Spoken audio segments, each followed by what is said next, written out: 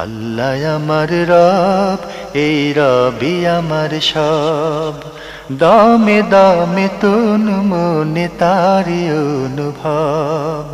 তোমার দুনিয়াতে আমি যেদিকে তাকাই, অথই নিয়ামতে ডুবে আছি সবাই।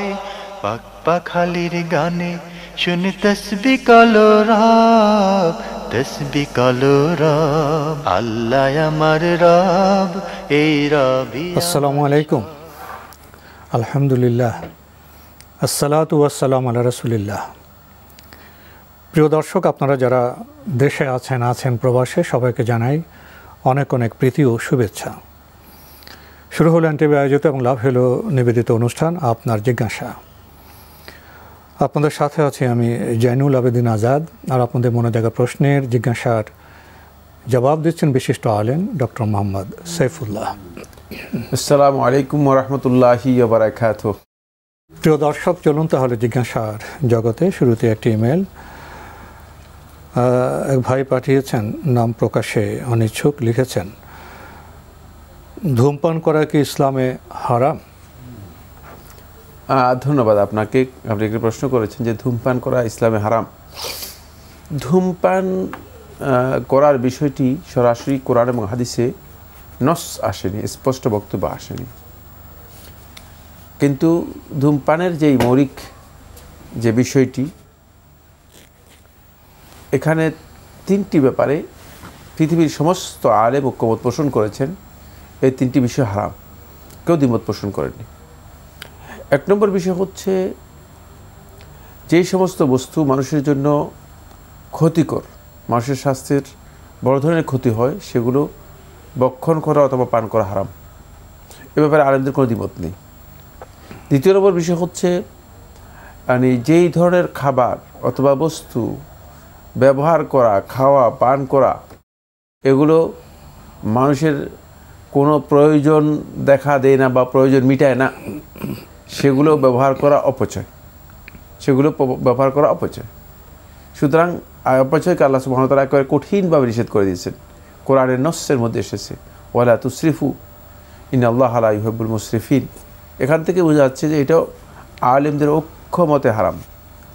তিন নম্বর যে বিষয়টি সমস্ত আলেমদের ঐক্যমতে হারাম, সেটা হচ্ছে এমন বস্তু যেগুলোতে দুর্গন্ধ রয়েছে, মানুষ যেগুলো ভক্ষণ করলে বা খেলে মানুষের শরীর থেকে দুর্গন্ধ অথবা খারাপ কিছু প্রকাশিত হয়, যেগুলো খাবিস জাতীয় বস্তু, পরিবেশের ক্ষতি হয়। জি, তো সেগুলো সমস্ত আলেমদের ঐক্যমতে হারাম। এই তিনটি বিষয় একেবারেই আলেমদের, পৃথিবীর কোনো আলেমের এখানে দ্বিমত হয়নি যে একথা বলতে পারবে যে এই মাসালার মধ্যে বা এই তিনটি বিষয়ে কোনো যুগে কোনো আলেমদের দ্বিমত হয়েছে, এগুলো হারাম। এই সব বিষয় কিন্তু ধূমপানের মধ্যে আছে। ফলে ধূমপানের এই বিষয়টি যেহেতু সরাসরি রাসূলুল্লাহ সাল্লাল্লাহু আলাইহি ওয়াসাল্লামের সময় ছিল না, পরবর্তীতে দেখা দিয়েছে, ফলে এই বিষয়গুলো আলেমগণ ইজতিহাদ করেছেন। জুমহুর ওলামায়ে কেরাম, ফকী এবং আহলে হাদিস বলেছেন যে ধূমপান করা হারাম, এবং সৌদি আরবের সর্বোচ্চ ওলামা পরিষদের ফতোয়া হচ্ছে হারাম। পৃথিবীর অনেকগুলো ফিকহ কাউন্সিলের ফতোয়া হচ্ছে হারাম, এবং এটাই বিশুদ্ধ বক্তব্য।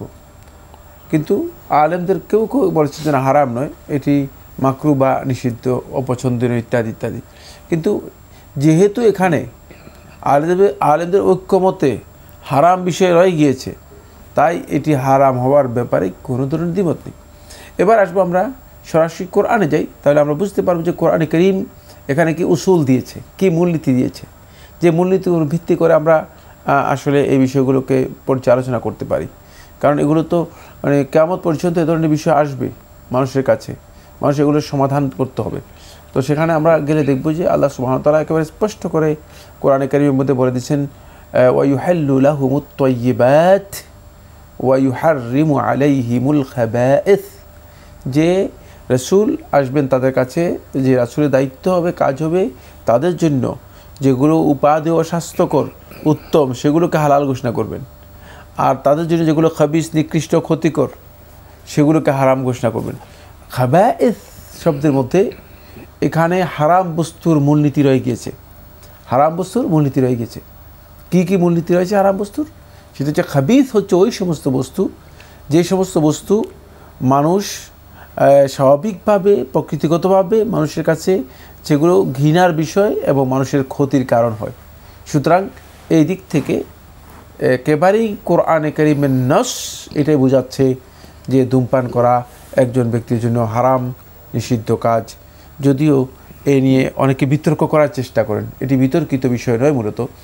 তার কারণ হচ্ছে ধূমপানের মধ্যে আপনি ধূমপান মানে যেখান থেকে ধূমপান করতেছে প্যাকেটের মধ্যে লেখা আছে এটি স্বতঃসিদ্ধ মূলনীতি, ধূমপানে বিষপান এবং ধূমপান স্বাস্থ্যের জন্য ক্ষতিকর, একেবারে স্বতঃসিদ্ধ মানে তারা মানে ঘোষণা করে দিচ্ছে।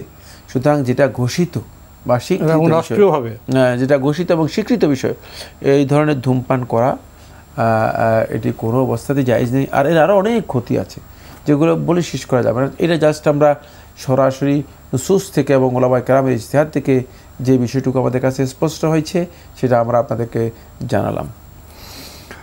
প্রিয় দর্শক, তথ্যভিত্তিক আলোচনার মাধ্যমে আমরা উপলব্ধি করলাম ধূমপান স্বাস্থ্যের জন্য ক্ষতিকর, ধূমপান অপচয়ের বিষয়, ধূমপান পরিবেশের জন্য ক্ষতিকর এবং সঙ্গতভাবে ইসলামে ধূমপান হারাম। আপনি আরও লিখেছেন, ধূমপান করার পর অজু করে পবিত্র হয়ে নামাজ পড়লে কি নামাজ হবে না? এক মুরব্বী বললেন, ধূমপান করে নামাজ পড়লে 40 দিন পর্যন্ত তার নামাজ, ইবাদত, বন্দেগি কবুল হয় না।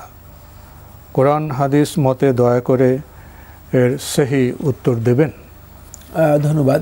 আপনি প্রশ্ন করেছেন যে ধূমপান করার পরে কোনো ব্যক্তি যদি উজু করে নামাজ পড়ে পবিত্র হয় তাহলে তার নামাজ হবে কি না? নামাজ হবে, কোনো সন্দেহ নেই। কিন্তু নামাজ একটা হচ্ছে নামাজের আদায় হয়ে যাওয়া, আর হচ্ছে নামাজ আল্লাহ তাআলার কাছে গ্রহণযোগ্য হওয়া। কোনো ব্যক্তি যখন হারাম কাজে লিপ্ত থাকেন, হারামের সাথে নিজেকে মোতালাব্বেস, হারামের সাথে সংশ্লিষ্টতা কোনো ব্যক্তি যখন থাকবে, তখন সে ব্যক্তি আল্লাহ তাআলার কাছে ইবাদত করে আল্লাহ রাব্বুল আলামিনের ইবাদত তার কাছে গ্রহণযোগ্য হবে কি না, এটা প্রশ্নবিদ্ধ একটি বিষয়। কারণ আল্লাহ তাআলা তো মুত্তাকি ব্যক্তি ছাড়া, আল্লাহকে ভয় করে আল্লাহর তাকওয়া যার মধ্যে আছে এমন ব্যক্তি ছাড়া আল্লাহ সুবহানাহু ওয়া তাআলা কারো আমল কবুল করেন না। সুতরাং এই ব্যক্তি সেখানে গিয়ে তার হারাম কাজও করবেন, আর পাশাপাশি এটাকে কে বলা হয়, তাকে ইবাদত বন্দেগি করবেন, সে ইবাদত কতটুকু কবুল হবে সেটা একটা প্রশ্নবিদ্ধ বিষয়। কিন্তু আদায় হয়ে যাবে, কোনো সন্দেহ নেই, তার সালাত আদায় হয়ে যাবে, এতে কোনো সন্দেহ নেই। বাকি এরপরে যে মাসআলাটি আপনি নিয়ে এসেছেন সেটা হচ্ছে, জনৈক ব্যক্তি কথা বলেছে যে ধূমপান করে যদি কেউ সালাত আদায় করে 40 দিনে তার ইবাদত কবুল হবে না। না, এই বক্তব্য হাদিস ভিত্তিক নয়। এটি এসেছে শুধুমাত্র মদ পানের ব্যাপারে, ধূমপানের ব্যাপারে নয়। মদের হাদিসকে যদি ধূমপানের মধ্যে নিয়ে আসা হয় তাহলে ভুল হবে। মদ পানের ব্যাপারে একটি হাদিস ইবনে মাজাহ তার সুনানের মধ্যে বর্ণনা করেছে। হাদিসটি সনদের দিক থেকে দুর্বল, কিন্তু নাসিরউদ্দিন আলবানী রাহমাতুল্লাহ আলাইহি সহ অনেকে হাদিসটিকে সহিহ বলেছেন। সেটা হচ্ছে মদ যদি কোনো ব্যক্তি পান করে থাকে আর সে তওবা না করে থাকে তাহলে তার 40 দিনের আমল আল্লাহ তাআলার কাছে কবুল হবে না, এই মর্মে একটি হাদিস রয়েছে।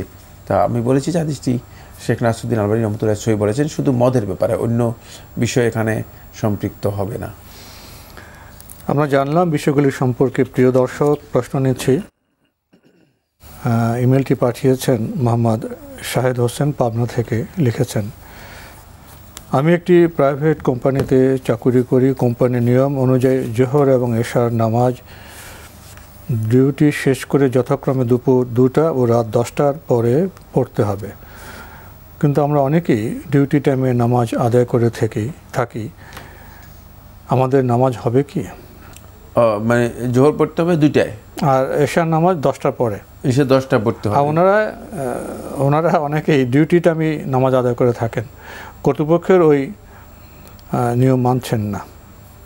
যদি আপনি সলাত আদায় করার মতো সুযোগ থাকে, শুধুমাত্র ফরজ 4 রাকাত সলাত জোহর অথবা এশার যদি আদায় করার সুযোগ থাকে, আপনি আদায় করলে আপনার সলাত হয়ে যাবে, কোনো ধরনের সমস্যা নেই ইনশাআল্লাহ তাআলা, যেহেতু এটা ফরজ। সুতরাং কোম্পানির এই আইনটুকু আল্লাহর বিধানের বিপক্ষে হওয়ার কারণে কোম্পানি এর জন্য গুনাহগার হবে, আর কোম্পানি এখানে আনুগত্য করা আপনার জন্য বাধ্যতামূলক নয়। সেক্ষেত্রে আপনি যদি কোম্পানির এই কাজের ফাঁকে, কারণ ফরজ 4 রাকাত নামাজ পড়তে সর্বোচ্চ 6 মিনিট অথবা 7 মিনিট লাগবে, তো এই সময়ের জন্য অবশ্যই কোম্পানির বড় ধরনের কোনো ক্ষতি হয়ে যাবে না। আপনি যদি আপনাকে দায়িত্ব দেওয়া কাজগুলো আপনি কমপ্লিট করেন, তাহলে আপনি সলাত আদায় করতে কোনো ধরনের বাধা নেই, আপনার সলাত ইনশাআল্লাহ তাআলা হয়ে যাবে। না, কোম্পানি যে শৃঙ্খলা বিধান করলেন দুপুর দুটায় কি নামাজ পড়া যায় না জোহর? না, দুইটা শৃঙ্খলা বিধান করেছে, কিন্তু দুইটা যদি জামাত সে না পায়, জামাত পাবে কোথায়? নিজেরা জামাতের ব্যবস্থা যদি করতে পারে সেটা মানে সেখানে উল্লেখ নেই যে, তবে কোম্পানির জন্য উচিত নয় সালাতের ওয়াক্তকে তাখির করে নির্ধারণ করা। এটা যেহেতু বিধান, ইসলামের বিধানের পরিপন্থী বিধান দিলেই বৈধ হবে না। সালাত ডিলে করা একটা হচ্ছে অনিচ্ছাকৃতভাবে ডিলে করা, আর একটা হচ্ছে ইচ্ছাকৃতভাবে সালাতকে কী করা, নিয়ম করে পিছিয়ে দেওয়া। দুইটার মধ্যে নিয়ম করে পিছিয়ে দেওয়াটা হারাম, জায়েজ নেই। আমরা জানলাম বিষয়টি সম্পর্কে। প্রিয় দর্শক আরও লিখেছেন, আমি জেনেছি জোহরের ফরজ নামাজের আগে 4 রাকাত সুন্নাত এবং পরে 2 রাকাত সুন্নাত। জামাতে নামাজ পড়ার ক্ষেত্রে কখনো কখনো সময়ের অভাবে জোহরের ফরজ নামাজের আগে 2 রাকাত এবং পরে 2 রাকাত করে 4 রাকাত পড়া যাবে কি? কোনো অসুবিধা নেই, আপনি সুন্নাত না পড়লেও কোনো অসুবিধা হবে না ইনশাআল্লাহ। কারণ হচ্ছে আপনার যদি সময় না থাকে, আপনি শুধুমাত্র ফরজটুকু আদায় করলেই আপনার হুকুম আদায় হয়ে যাবে। জি, আমরা জানলাম বিষয়টি সম্পর্কে। প্রিয় দর্শক, আমাদের হাতে আরও একটি ইমেল, এটি পাঠিয়েছেন শাওন। লিখেছেন, মুক্তাদিরা ইমামের পেছনে সূরা ফাতিহা পড়বে? সেহরি ও জেহেরি সালাতে স্পষ্ট করে যদি বলতেন। সেহরি এবং জাহরি সালাতে মুক্তাদি যারা আছেন তারা ইমামের পিছনে সূরা ফাতিহা পড়বেন, এটাই বিশুদ্ধ বক্তব্য। আলেমদের এই মাসআলায় প্রচুর ইখতিলাফ বা দ্বিমত আছে, কিন্তু বিশুদ্ধ বক্তব্য হচ্ছে তিনি মুক্তাদি সূরা ফাতিহা পড়বেন। আর যদি সূরা ফাতিহা না পড়েন তাহলে তার সালাত হবে না, এটাও বিশুদ্ধ বক্তব্য। লা সালাতা লিমান লাম ইয়াকরা বিফাতিহাতিল কিতাব, যে সূরা ফাতিহা পড়ল না তার সালাতই হবে না। সুতরাং সূরা ফাতিহা পড়তে হবে। এই মাসআলায় অনেক কথা আছে, মানে হয়তো 2 দিন বা 3 দিনের আলোচ্য বিষয়। তো আমরা মুদ্রা কথা বলে দিচ্ছি, সেটা হলো মুক্তাদি সূরা ফাতিহা পড়বেন। মুক্তাদি কেন সালাতের মধ্যে দাঁড়িয়ে থাকবেন? সালাতের মধ্যে, সালাত হচ্ছে মাউদুল জিকিরের জায়গা। আল্লাহ রাব্বুল আলামিন জিকির করার জন্যই সালাতে তাকে অংশগ্রহণ করতে বলা হয়েছে। সালাতের প্রত্যেকটি জায়গায় জিকির আছে। এখন মুক্তাদি ইমামের পেছনে কী জন্য আপনি দাঁড়িয়ে থাকবেন? অপ্রয়োজনীয় দাঁড়িয়ে থাকবেন কেন? দাঁড়িয়ে থাকার কোনো কারণ নেই।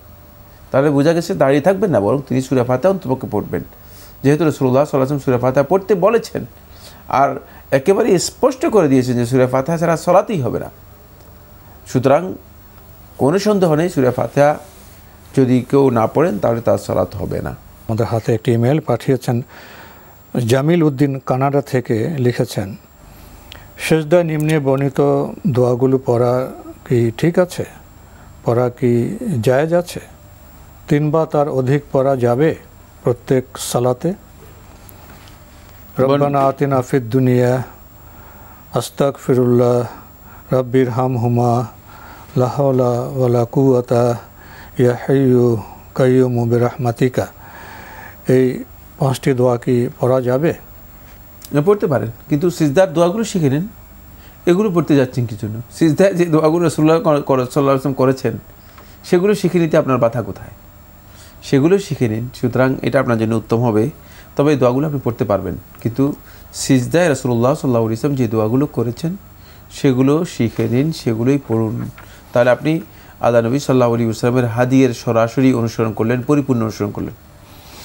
আর এই দোয়াগুলি সেজদায় কি উনি 3 বা তার অধিক পড়তে পারবেন? হ্যাঁ, বলছি তো, এটা পড়তে কোনো অসুবিধা নেই। যেটা একবার পড়তে পারবে সে 3বারও পড়তে পারবেন। জি, এগুলো পড়া যাবে।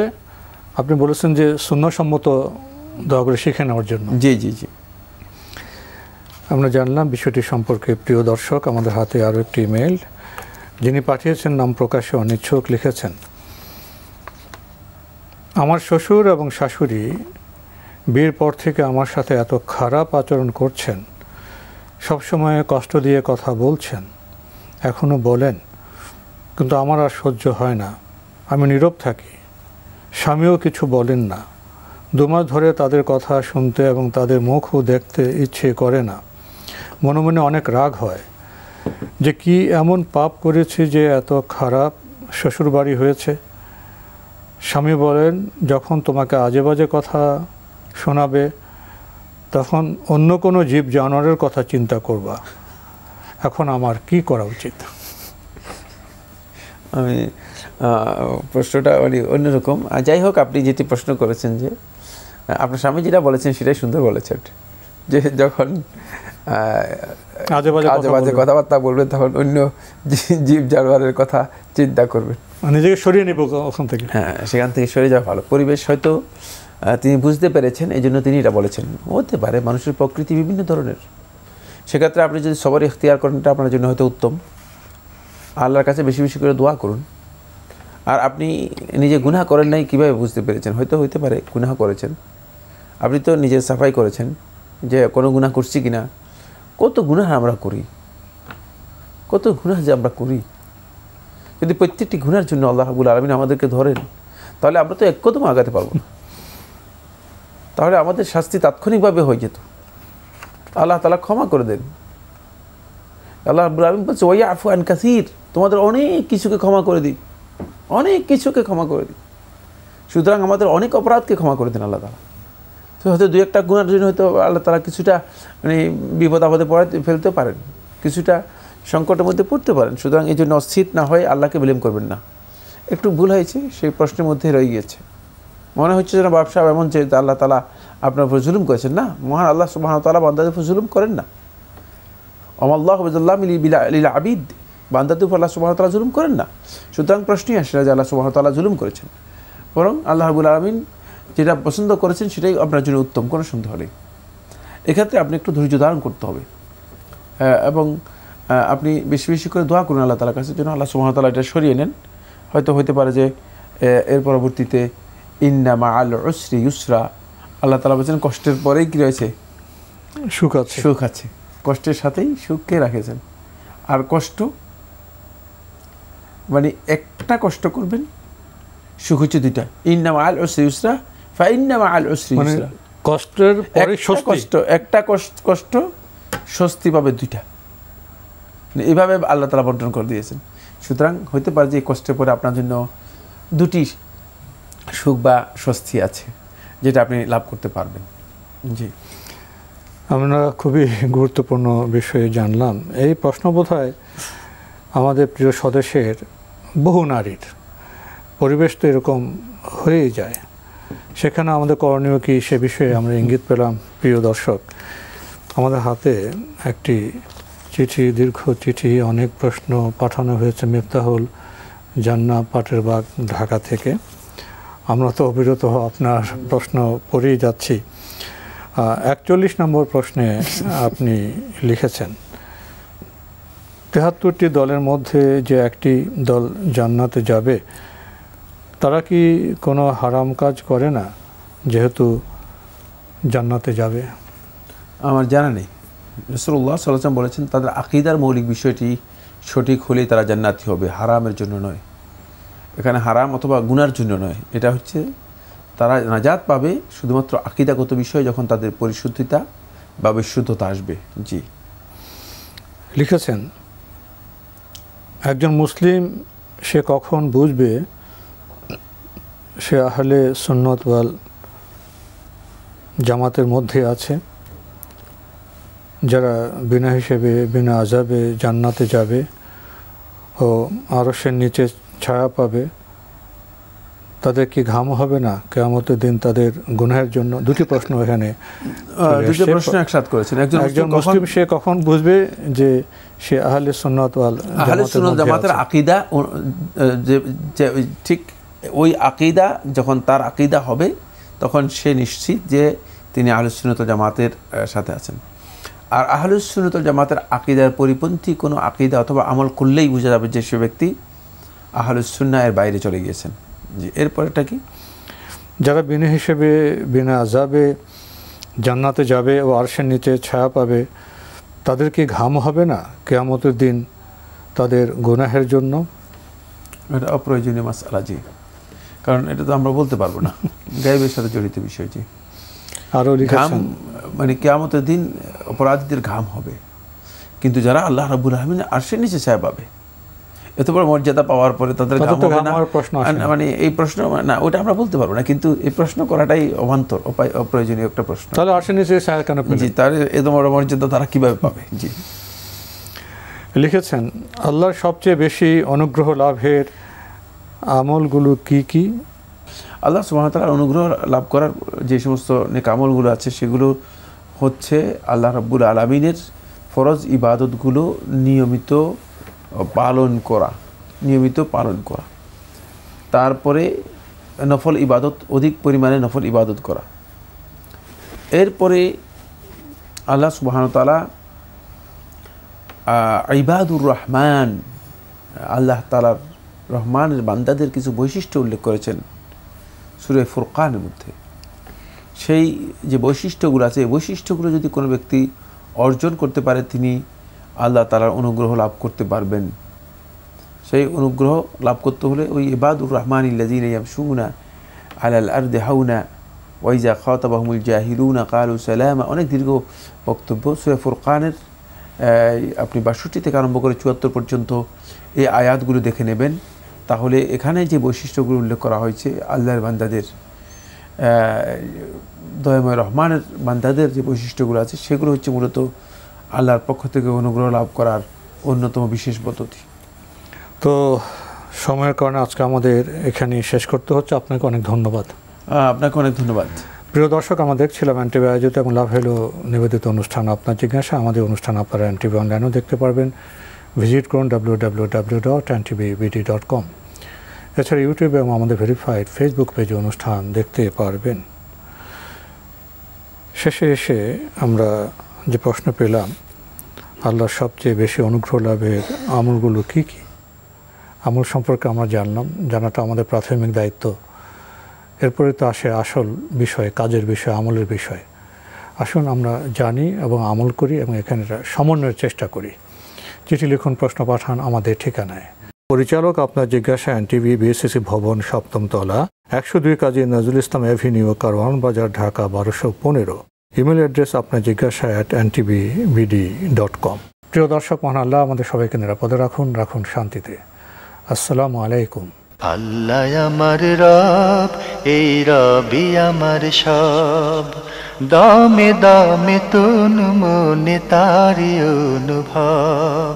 আল্লাহ আমার রব, এই রবি আমার সব।